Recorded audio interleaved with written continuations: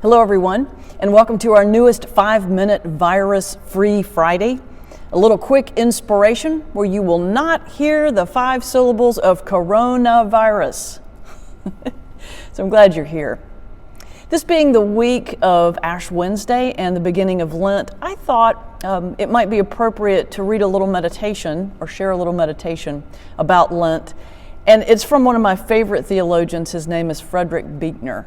I just think next to Jesus, he's one of the greatest people in the history of the universe.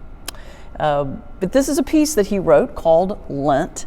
And I just want to tell you up front, I think this works best as a meditation and journaling prompt. I mean, you're welcome to listen to this whole thing as just, through the audio, but what I would suggest is you find a quiet moment, use this video with a journal in front of you, and then pause in between the questions he asks. There's 6 or 7 really heavy, rich, deep questions that you should take a moment, think about, and journal.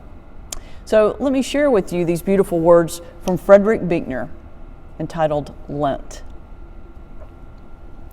After being baptized by John in the River Jordan, Jesus went off alone in the wilderness where he spent 40 days asking himself the question what it meant to be Jesus. During Lent, Christians are supposed to ask one way or another what it means to be themselves. If you had to bet everything you have on whether there is a God or whether there isn't, which side would get your money and why? When you look at your face in the mirror, what do you see in it that you most like? And what do you see in it that you most deplore? If you had only one last message to leave to the handful of people who are most important to you, what would it be in 25 words or less?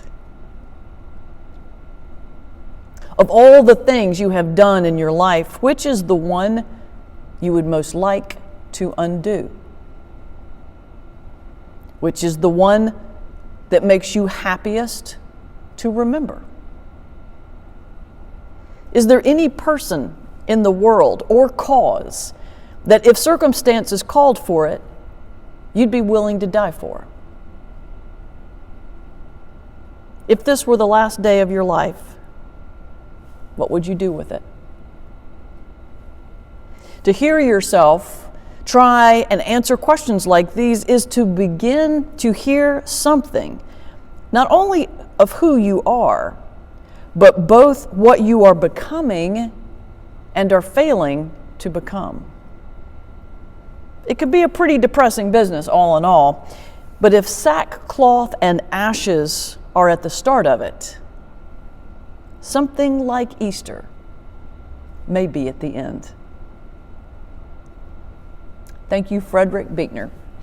And I hope you found these words powerful, these questions opening up maybe some good thoughts and insights into your own journey during this Lenten time. And until we see you again next Friday for our 5-minute virus-free Friday, may you be blessed.